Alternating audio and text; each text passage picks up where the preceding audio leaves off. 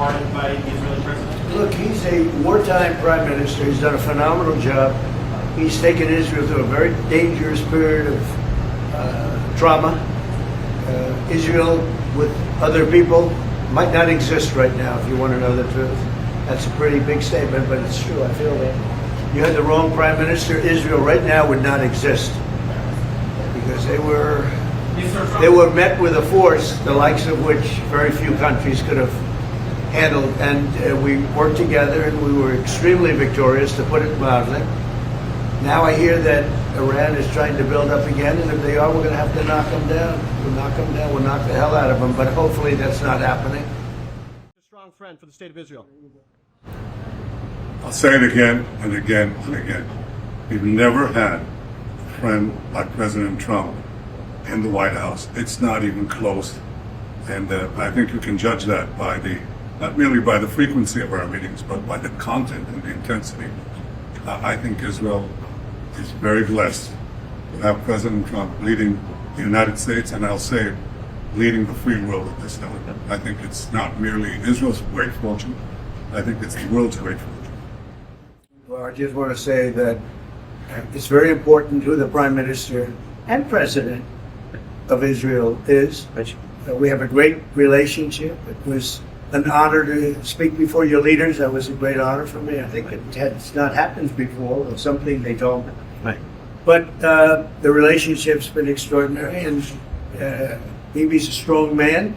He can be very difficult on occasion, but you need a strong man. If you had a weak man, you wouldn't have Israel right now. Israel would have been, Israel with most other leaders would not exist today. They would not exist. And now they're stronger than ever. After you hear these things, I think better to quit now. Thank you. Thank you. Thank you, Mr. President.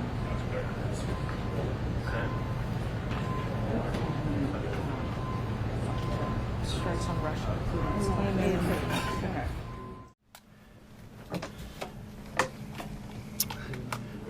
People could come in. Come on over, fellas. We had a big meeting with a lot of people, a lot of talent from Israel and from the U.S. And I think we came to a lot of conclusion and conclusions. And there's very little difference in what we're looking at and where we want to be, where we want to go. I have to say that in addition to what I said, that we've never had a friend, even close, a friend, as President Trump in the White House. I think he's been extraordinary in his friendship and his support for Israel, his principled positions, his willingness to just cut through and get to the essence of things. And I don't say that as a compliment. I just mean it. People have heard me say that behind your back, Mr. President, many times. But I want to say something else. I think we have a partnership, if I can quote you, second to none.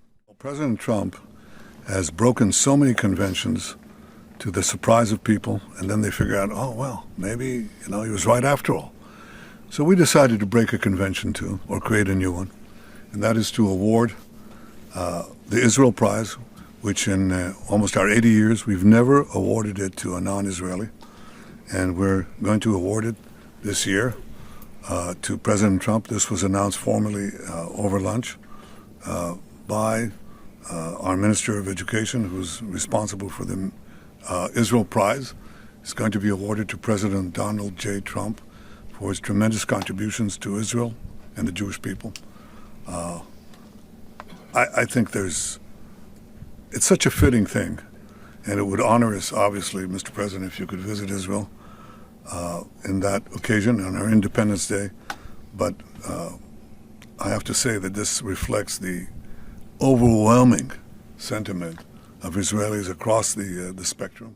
So thank you very much, Bibi. Thank you. Thank you very much. Thank you, Mr. President.